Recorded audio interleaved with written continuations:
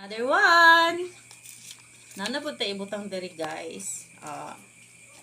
Magbutang na sabta guys. So, kibale, kada adlaw nga tigom is 2,000. Diba? So, 1 week pa ko. Gatigom 1 week.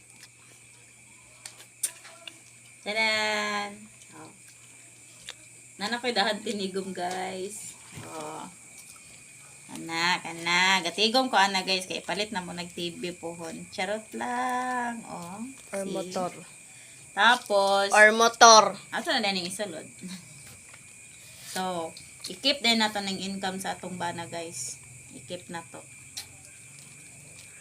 In case of emergency, natay mabunlot. Diba? So, karon nga to guys, akong New Year's resolution, magtigom ko diri sa packet notebook.